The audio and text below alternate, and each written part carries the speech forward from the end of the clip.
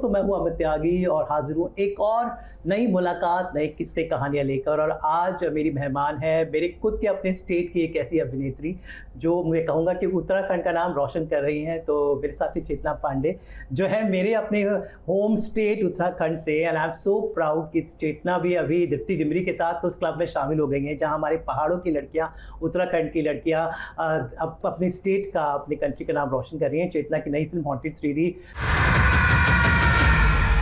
ने box office पर नए का रिकॉर्ड कायम किए हैं और ये फिल्म सबको बहुत पसंद आ रही है हॉरर जॉनर में। सबसे पहले चेतना, बहुत बहुत बधाई for haunted. Thank you so much, thank you. तो मैंने कहा कि उत्तराखंड की लड़कियां are back in action. Deepti Dimri हलचल मचा रही थी, अब आप भी शामिल हो गई हैं। Another girl from Uttarakhand.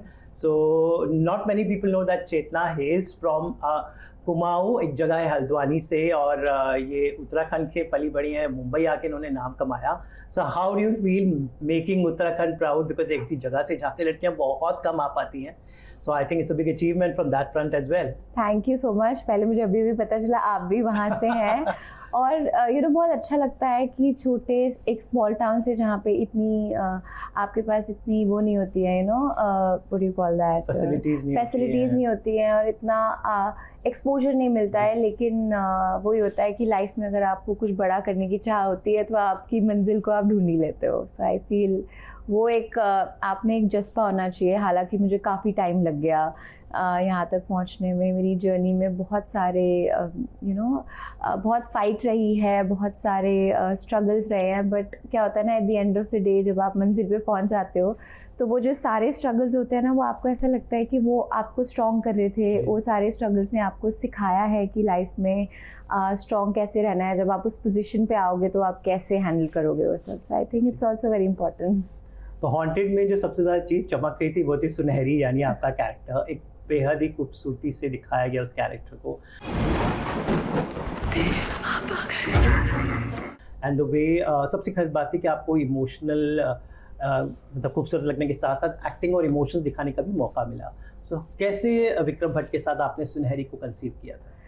Actually सुनहरी की जितनी भी तारीफ मुझे मिल रही है ना, उसका मैं सबसे बड़ा जो क्रेडिट है वो विक्रम सर को ही देना चाहूँगी, क्योंकि उन्होंने इतनी ब्यूटीफुली सुनहरी के कैरेक्टर को लिखा और मुझ पे इतना ट्रस्ट किया कि मैं इस कैरेक्टर को निभा पाऊँगी। शायद जब उन्होंने मुझे बताया था इस कैरेक्टर के बारे में, मुझे एक बार को लगा था कि आई डोंट नो कि मैं ये कैरेक्टर सही से निभा पाऊँगी कि नहीं, बिकॉज बहुत चैलेंजिंग कैरेक्टर था। एंड हालांकि मैं इतने सालों से सिर्फ एक ऐसे मौके का इंतज़ार कर रही थी जहां मुझे पूरी तरह से वो चांस मिले अपने आप को दुनिया को दिखाने का, अपना टैलेंट दिखाने का, जो कि बहुत कम मिल पाता है एक्टर्स को और जो न्यू कमर्स होते हैं। बिकॉज हमारी इंडस्ट्री में भी अब तो कहीं ना कहीं वुमेन ओरिएंटेड काफ़ी सारी फिल्म्स बन रही हैं जिसमें हीरोइनों को भी बहुत चांस मिलता है अपने किरदार में ना एक बहुत स्ट्रॉन्ग मैसेज या एक स्ट्रॉन्ग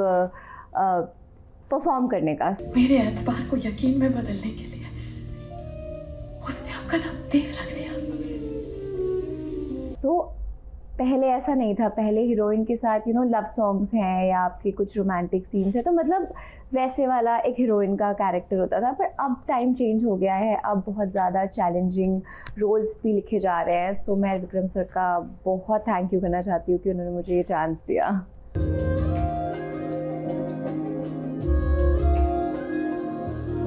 हॉरर फिल्में जो होती हैं सबसे कहते हैं कि सबसे most watch genre across the world है। पूरे वर्ल्ड में सबसे ज़्यादा हॉरर फिल्में बनती हैं और भारत में हॉरर फिल्मों के मैं कहूँगा पितामह है विक्रम भट्ट।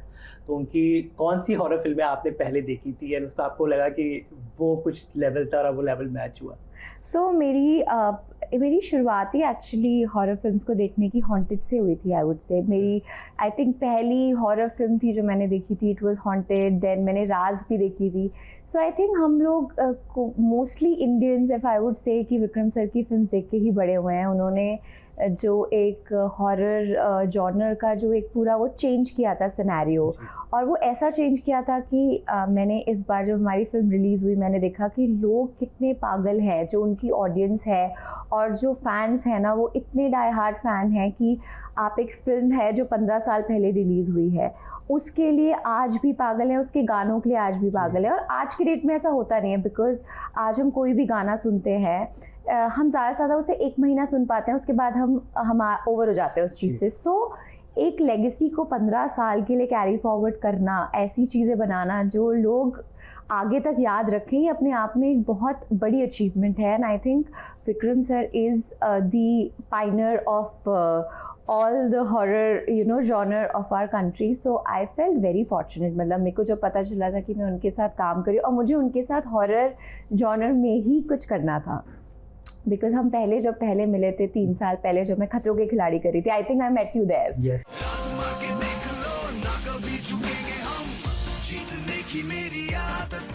मैं आपसे केप टाउन में मिली थी, तो जस्ट उससे पहले मैं विक्रम सर से मिली थी। सो दैट टाइम ही was planning to make a thriller. सो मेरी मुलाकात सर से उस समय हुई थी, बट उस समय वो वर्कआउट नहीं किया था। बट मैं सर को मिली थी और मैंने सर को अपने स्ट्रगल्स के बारे में बताया था कि कैसे sir it's like impossible for a newcomer to find their mark, और हम इतना ऑडिशंस जाते हैं, इतनी मीटिंग्स करते हैं, बट कहीं ना बहुत रिजेक्शंस मिलते हैं और कहीं ना कहीं कुछ वर्कआउट नहीं करता। सो आप कहीं ना कहीं हिम्मत भी खो देते हो, आपको लगता है कि शायद अब नहीं हो पाएगा, शायद वो सपना ही रहेगा। बट उसके बाद हम 1 साल बाद सर जब हॉन्टेड शूट कर रहे थे, तो उन्होंने इनफैक्ट शूट ऑलरेडी स्टार्ट कर दिया था किसी और के साथ, but somewhere he was not satisfied that I have found my character सुनहरी। सो वो स्क्रॉल करते करते उन्होंने मेरी एक पिक्चर देखी थी जिसमें मैंने एक ब्लैक कलर की साड़ी पहनी हुई थी और मैंने कुछ नथ पहनी हुई थी, तो वहाँ से उनको ऐसा कुछ लगा कि शायद ये लड़की सुनहरी हो सकती है। सो देन उन्होंने मुझे कॉल किया और फिर मैं सर से जाके मिली थी। देन ही टोल्ड मी मैंने ऑलरेडी शूट स्टार्ट कर दिया, but I am not happy and I want to cast you. And I am like sir, मतलब आप सच में मेरे से मजाक कर रहे हो? But then he is like कि नहीं, कल से शूट स्टार्ट करना है। एंड मैंने उसी समय कॉन्ट्रैक्ट साइन किया है। फिर सर ने मुझे स्टोरी सुनाई है एंड नेक्स्ट डे से हमने शूट स्टार्ट किया है। सिर्फ बिजली के शोर में बात कीजिएगा, वरना जो। सो ये ऐसे हुआ है, मुझे लगता है ना हमारी किस्मत, कभी कभी ऐसा होता है कि कोई चीज़ को होने में 15 साल लग जाते हैं और कोई चीज़ एक दिन में ही फाइनल हो जाती है। So life is so unpredictable, आपको पता नहीं होता है कब आपके पास खुशियाँ आ जाएं। I think we all have to just be prepared and हमें तैयार रहना चाहिए कि अपॉर्चुनिटीज़ कभी भी आ सकती है। आई थिंक पहाड़ आपके लिए लकी है, यहाँ भी नथ काम आई, पहाड़ों की फिल्म बहुत की। नहीं, पहाड़ तो हमेशा लकी है, जहाँ से जहाँ मेरी रूट्स हैं। मुझे हमेशा लाइफ में ऐसा होता था ना कि जब मैं बॉम्बे आई तो बहुत स्ट्रगल होता है, आप कभी कभी कितने भी स्ट्रांग हो आप थक जाते हो। तो तब मैं क्या करती थी, हमेशा मैं वापस घर जाती थी तो मेरे पापा जो है मुझे पहाड़ों के मंदिर लेके जाते थे। जैसे अब नैना देवी के मंदिर जाते थे और हमारे जितने भी मंदिर हैं वहाँ पे, सो मुझे 1 हफ्ता सिर्फ मंदिर लेके जाते थे और वहाँ पे मुझे इतनी स्ट्रेंथ मिलती थी कि मैं वापस फिर से तैयार हो जाती थी। कुलदेवता आपको प्रोटेक्ट करते हैं। हाँ, कुलदेवता प्रोटेक्ट करते हैं। कहीं ना बॉम्बे की स्ट्रगल में हम ना कहीं अपने भगवान और अपनी रूट से दूर हो जाते हैं ना, तो हमारी हिम्मत कहीं ना कहीं डिसॉल्व होती रहती है। सो जब भी मुझे अंदर से एम्प्टी फील होता था, मैं मेरे पापा को फ़ोन करती थी। हम 1 हफ्ता सारे मंदिर जाते थे। जैसे हम कहाँ पे गंगोली हाट में भी एक मंदिर है जो नीचे जाके Patal Bhuvaneshwar, so that is also a very strong मंदिर। सो मैं सारे मंदिर जाती थी। उसके बाद मैं इतनी स्ट्रॉन्ग फील करती थी कि मैं फिर वापस आके बॉम्बे में जो मेरी लड़ाई चल रही है उसके लिए प्रिपेयर हो जाती थी। तो कहीं ना कहीं आपकी फैमिली भी, ये आपका खुद का स्ट्रगल नहीं होता, आपकी फैमिली का भी स्ट्रगल होता है। क्योंकि हर बार जब मुझे रिजेक्शंस होते थे तो कहीं ना कहीं मेरे पेरेंट्स भी डिसअपॉइंट होते थे। सो मुझे बस वही लगता था कि यार एक बार मैं बस उनको प्राउड फील कराना चाहती हूँ कि इतनी साल की जो मेरी मेहनत है ना वो वेस्ट नहीं गई है, मैंने कुछ प्रोडक्टिव किया है। सो आई थिंक अभी जब मेरी फिल्म रिलीज़ हुई तो मेरे पेरेंट्स गए थे and they were very proud. So I think एक उतनी छोटी सी खुशी के लिए हम कितने साल निकाल देते हैं, हम कितनी फाइट करते हैं, मुझे रियलाइज़ हुआ इस जर्नी में। आपको उसके बारे में सब जानना पड़ेगा, पर वो नहीं जान सकता कि आप उसकी राज को जान गए हैं। पहाड़ों की बात चलिए तो हमारे जो हॉरर फिल्म मेकर्स है, दे ऑब्सेस्ड विद माउंटेन्स। हर हॉरर फिल्म में माउंटेन का कुछ ज़रूर होता है, तो क्या माउंटेन्स में वाकई होती है ऐसी supernatural power? I generally want to know because पहाड़ों के लोग होते हैं, they know all the tricks and all. क्या आपके साथ कैसा हुआ है कभी सुपरनैचुरल? मेरे साथ नहीं हुआ, लेकिन मेरे पापा ने मुझे कहानियाँ बताई हैं एंड आई थिंक उसके बाद मुझे बिलीव भी होने लगा था कि 100% जैसे अगर भगवान होते हैं तो कोई ना कोई डिफरेंट एंटिटी भी होती है। और मेरे दादाजी ने मुझे ये बताया था कि कभी कभी क्या होता है, हम जो ह्यूमंस हैं ना, हम अपना टाइम लिख के आए हैं, जैसे हमारी बर्थ लिखी हुई है वैसे हमारी डेथ भी लिखी हुई है। कभी कभी अगर किसी की अनफॉर्चुनेट डेथ हो जाती है, सो उनकी जो स्पिरिट होती है वो इस दुनिया में तब तक रहती है जब तक उसका एक्चुअल टाइम नहीं आ जाता। तो ये मेरे दादाजी ने मुझे बताया था and he was very much into very spiritual, वो बहुत पूजा वूजा करते थे। तो मेरे पापा ने मुझे एक बार बताया था कि वो बचपन में एक छोटा सा रूम होता था और मेरे पापा के 5 भाई बहन थे वो। तो पापा को पढ़ाई करने को नहीं मिलता था घर में, तो पापा हमेशा जंगलों में या बाहर जाके पढ़ाई करते थे।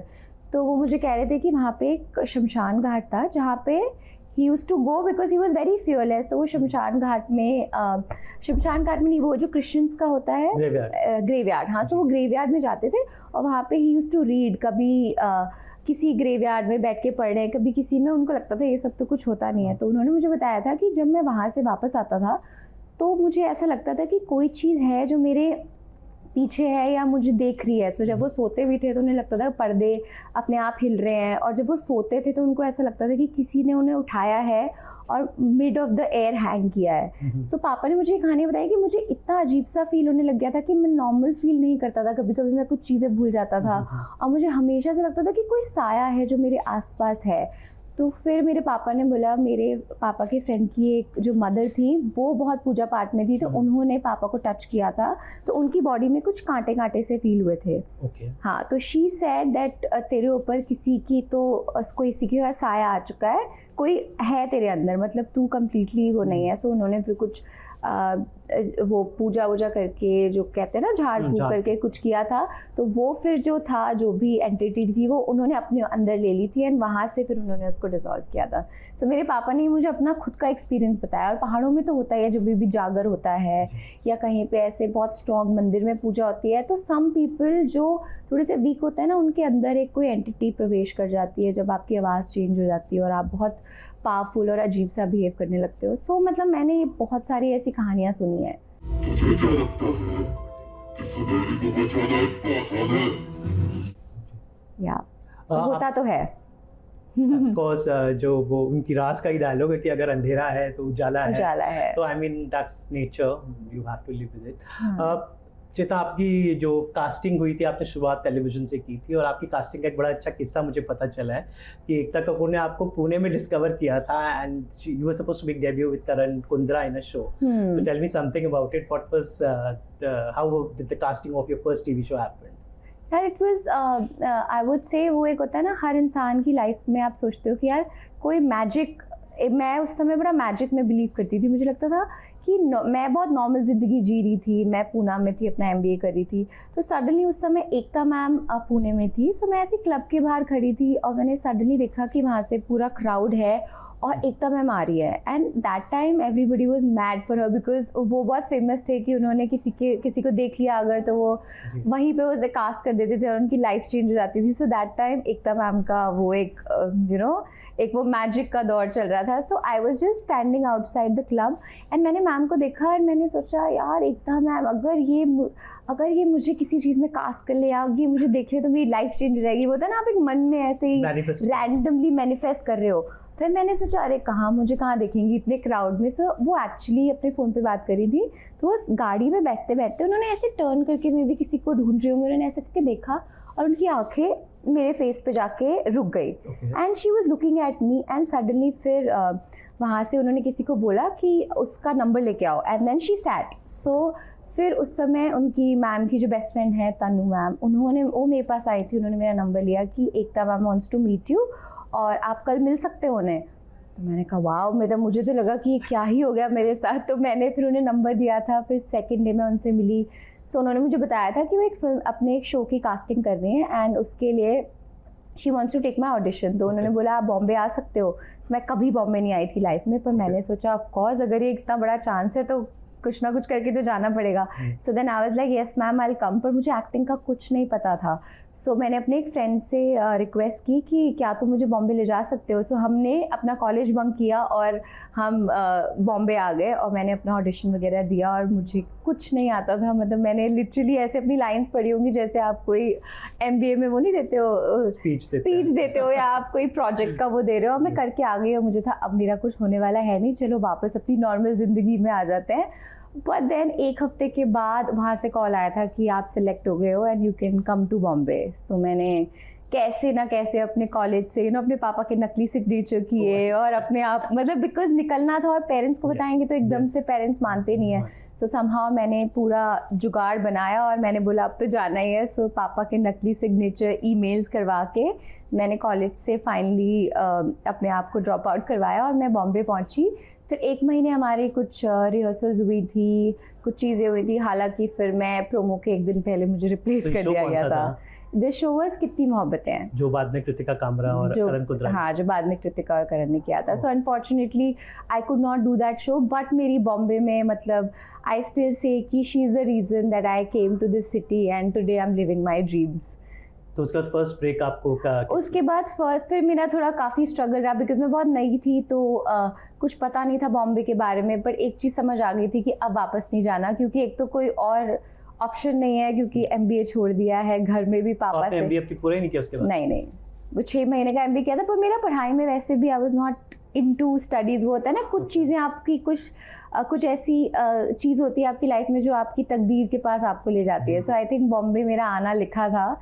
May be not from that show but मेरी जर्नी वहाँ से स्टार्ट हुई. उसके बाद 1 साल बाद मुझे एक ऐड मिला था आमिर खान का. वो उन्होंने एक कार्टून वाला ऐड किया था कोका कोला का. So that was my first aid. फिर 1-2 साल बाद मुझे फना मिला.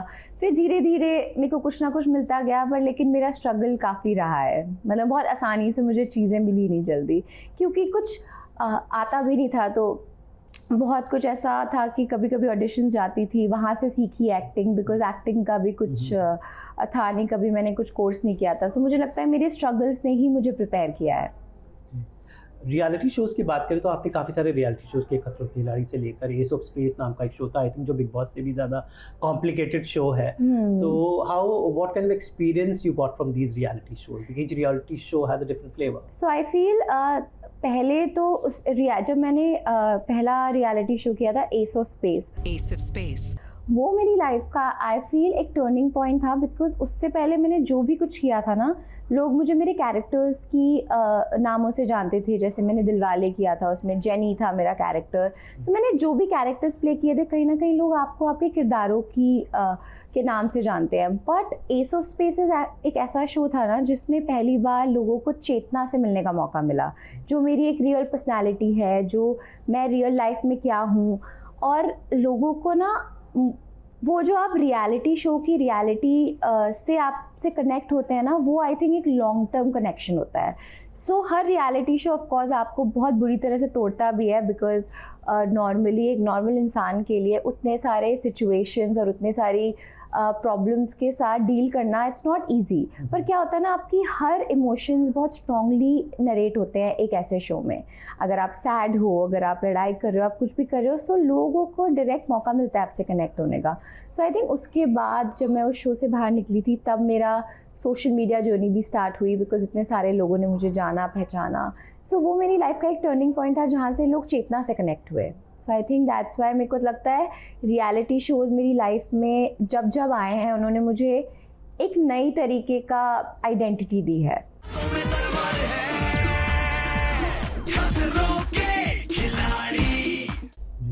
आपने खतरों के खिलाड़ी किया, उसके बाद टेम्पटेशन आइलैंड किया, दो ऐसे शोज जहाँ पे एक तरफ आपको अपनी बहादुरी दिखानी है, दूसरी अपनी पर्सनल लाइफ को सबके सामने दिखाना है. तो देख टाइट रोप पे चलना होता है. तो ये कैसे दोनों अलग अलग शोज थे, इन दोनों में कैसे आपने दोनों, because one is a very daredevil show, other is you have to show your life. तो how comfortable were you sharing your personal life? Chetna और निशान 8 साल की दोस्ती, 3 साल का प्यार और अब करना चाहते हैं शादी. यार I thought I was very comfortable but जब मैं उस शो में गई उसके बाद मुझे काफ़ी रियलाइजेशंस हुए. उस शो ने मुझे बहुत तोड़ा. मतलब आई थिंक एक वो रियलिटी शो था जिसने मुझे पूरी तरीके से तोड़ दिया था. जर्नी में रियलाइज हुआ कि खो गई हूँ यार मैं.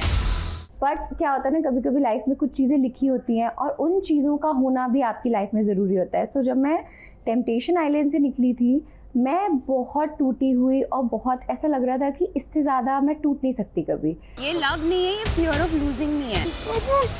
नेवर अंडरस्टूड मी. उसके बाद मैं इसका शूट करी थी, हॉन्टेड का.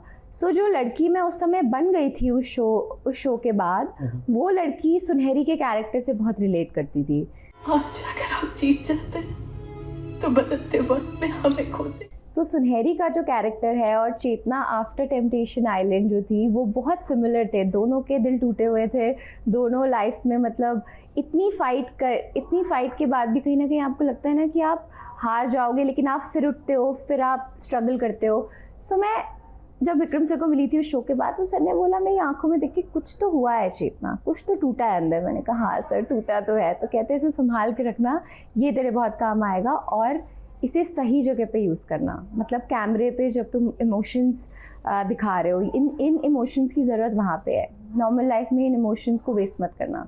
सो आई थिंक आप जो कह रहे हो ना, सुनहरी का जो कैरेक्टर है और सुनहरी की जो दमदार एक्टिंग है, ये कोरिलेटेड है मेरी लाइफ के, पर्सनल लाइफ के स्ट्रगल्स और पर्सनल लाइफ में मैं जिस सिचुएशन में थी वहाँ पे, वो उसने सुनहरी के कैरेक्टर में बहुत हेल्प की मुझे. हमारा टूटा हुआ दिल जुड़ ही रहा था कि आपने आज उसे फिर से तोड़ दिया.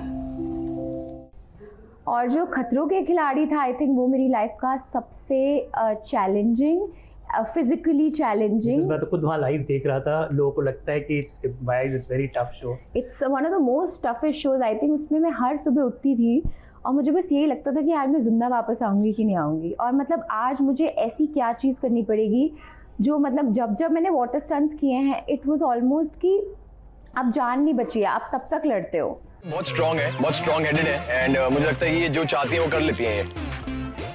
और वो शो मैंने अपने पापा के लिए किया था, बिकॉज मेरे पापा ने मुझे बचपन से बहुत स्ट्रांग बनाया है, वर्कआउट्स कराते थे. तो ये उनके it was a dedication to my father कि उन्होंने इतना जो आज तक मेरे पे मेहनत की है. सो मैं और मेरे पापा बहुत कनेक्टेड थे. हालांकि जब उस शो में मैं एलिमिनेट हुई थी, वो मेरे को एक ही मौका मिला था. एक बार मैं एलिमिनेशन राउंड में गई और एक ही बार में आई वेंट आउट. सो मुझे वहाँ पे मुझे बहुत दुख हुआ था कि यार मुझे एक और मौका नहीं मिला. सो वो एक शो ऐसा है, मुझे लगता है ना उसकी जर्नी थोड़ी आधी रह गई. हमेशा मुझे ऐसा लगता है कुछ जर्नी आधी नहीं रह जाती. सो मुझे लगता है वो मेरी आधी जर्नी रह गई. मुझे पूरी तरह से अपनी परफॉर्मेंस को दिखाने का मौका नहीं मिला. पर मैंने कहा चलो ठीक है, कुछ जर्नियाँ आधी भी होती हैं तो भी अच्छी होती हैं. मुझे लगता है सुनहरी की जर्नी भी आधी रह गई. आई थिंक अभी हॉन्टेड 3 आनी चाहिए, तभी कहानी मुकम्मल. या अभी विक्रम सर को बोलते हैं कि सर प्लीज 3 भी लेके आइएगा. अधूरी रह गई, बेचारे मिल नहीं पाए. 1 में तो फिर भी दोनों मिल जाते हैं. पर आपको कैसा लगा एंडिंग में जब वो दोनों बिछड़ जाते हैं? बस 1 में वो दोनों मिल जाते हैं. हाँ. She comes from that 18th पर century. इट्स 2026 ना, तो इट्स लाइक हर कहानियों में हैप्पी एंडिंग नहीं होती. कुछ बिना हैप्पी एंडिंग के भी अच्छी कहानियाँ होती हैं. हम जानते थे देव के रूप में आप ही हमारे देव हो. जी, आपको कैसा रिस्पॉन्स मिला है फिल्म को लेके? आप because you went to the theatres, you met the real audience, so how do you think viewers are perceiving? I think a lot of people have connected with our characters a lot. हमारी जो story थी वो बहुत beautiful थी. एक lady थी, उन्होंने तो बहुत प्यारा एक वो दिया था कि आपकी फिल्म से ना बहुत अच्छा मैसेज मिलता है. द मैसेज दैट कर्म का जो फल होता है ना, वो आपको भुगतना ही पड़ता है. अगर आपने किसी भी लाइफ में अगर कुछ ऐसे बुरे काम किए हैं, सो कहीं ना कहीं आपको एक लाइफ में उसका पश्चाताप करना ही पड़ता है. सो मुझे ऐसा लगता है कि एक बहुत प्यारा मैसेज है कि आप कोई भी चीज़ करते हैं, उसकी एक डेस्टिनी है, वो कहीं ना कहीं आपके पास वापस आती है. अगर आप अच्छा कुछ करेंगे किसी के लिए, वो भी आपको वापस मिलेगा. और अगर कभी आपने किसी का बुरा किया है, तो वो भी कहीं ना कहीं आपको वापस मिलेगा. और मेरी परफॉर्मेंस की तो काफ़ी लोगों ने तारीफ़ की है. इनफैक्ट मैं कभी खुद की तारीफ़ करती नहीं हूँ, लेकिन जब मैं खुद देखने गई थी फिल्म, तो मैंने इनफैक्ट सर को कॉल किया था वापस आके. मैंने कहा सर, बिकॉज सर ने जब मूवी रिलीज़ नहीं हुई थी तब मुझे कॉल करके बोला था कि you have perform so well, जब तुम देखोगी ना तुम्हें समझ आएगा कि तुमने क्या परफॉर्म किया है. एंड मैं बस ये कह सकता हूँ कि सुनहरी कोई और प्ले नहीं कर सकता था except you are the only सुनहरी. सो आई थिंक वो मेरे लिए सबसे पहला और सबसे स्पेशल कॉम्प्लीमेंट था जो सर ने मुझे दिया था. इनफैक्ट फिर मैंने जाके देखा तो आई वॉज ऑल्सो फीलिंग कि यार मतलब how did I perform this good. So वो मैंने सर को बोला भी था, मैंने कहा sir it's all because of you.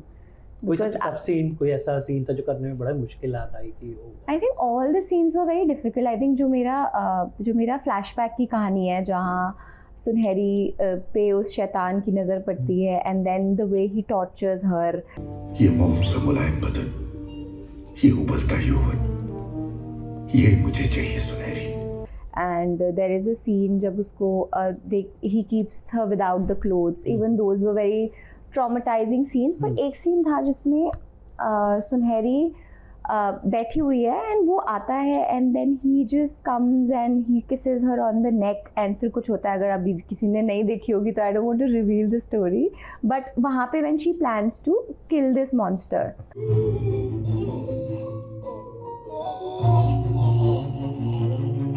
वहाँ पे जो सीन था ना उसमें मुझे पहली बार ऐसा रियलाइज़ हुआ कि हाउ जो ये लड़कियाँ होती हैं जिन पे कभी कभी फोर्स करते हैं या women who get raped, how do they feel? क्योंकि पहली बार मुझे ऐसा फील हुआ कि यार एज अ गर्ल अगर आप नहीं चाहते कि कोई आपको टच करे या कोई आपके क्लोज आए and if somebody is forcing themselves, it is the worst feeling in the world. And जो वो अग्रेशन निकलता है आपका, it is very real. Like उसके बाद मुझे एक्चुअली फील हुआ that I want to kill this person, you know, for the character का जो स्किन था कि आप किसी के साथ इतना ज़्यादा किसी को इतना टॉर्चर कर रहे हो that they don't have any other solution but to kill you.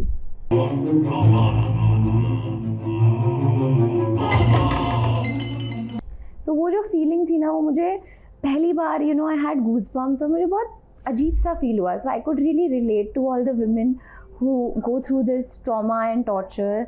So I could just understand what they go through. So I was very emotional for couple of days after that. So acting is a very beautiful exchange of energy and Mimoh के साथ आपके ज़्यादातर scenes थे. तो memo क्योंकि established हैं, already 1 का हिस्सा रहे हैं और मैंने सुना वो मिथुन चक्रवर्ती भी आए थे सेट पर. तो how was working with the Chakraborty family Mimoh and when his father was around? क्योंकि मैं उस शैतान के राज को जान चुका हूँ.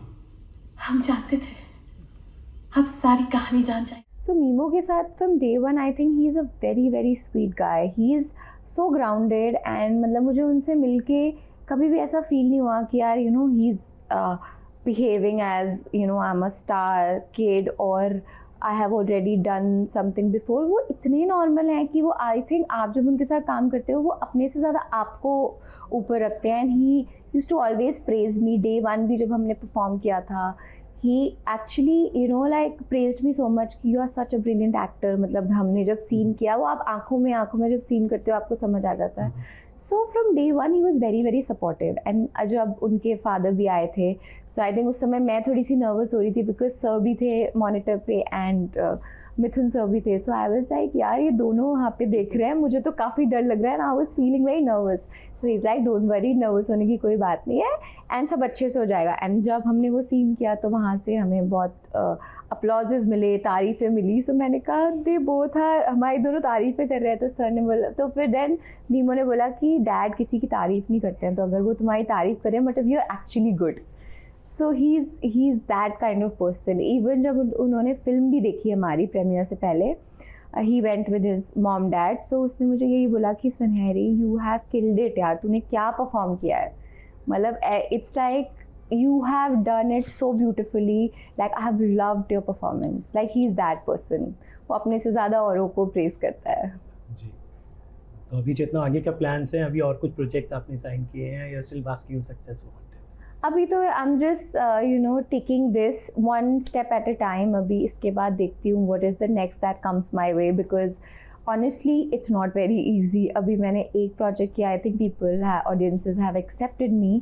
So I am looking forward कि मुझे कुछ और interesting offers आएँ, and I would love to explore different genres. I don't want to restrict myself. मुझे action भी करना है and I want to do some very challenging roles also, क्योंकि अब ये already इतना challenging था तो मेरे को इससे भी कुछ अच्छा करना है लाइफ में.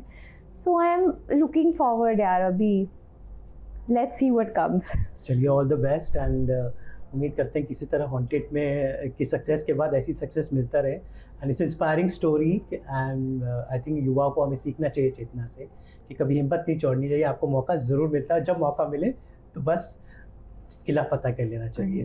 ये तो मैं 100% कहूँगी कि मेरी लाइफ में एक टाइम पे मुझे ऐसा लगा था, जब मैं सर से भी मिली थी, कि अब मुझे शायद नहीं मिलेगा मौका।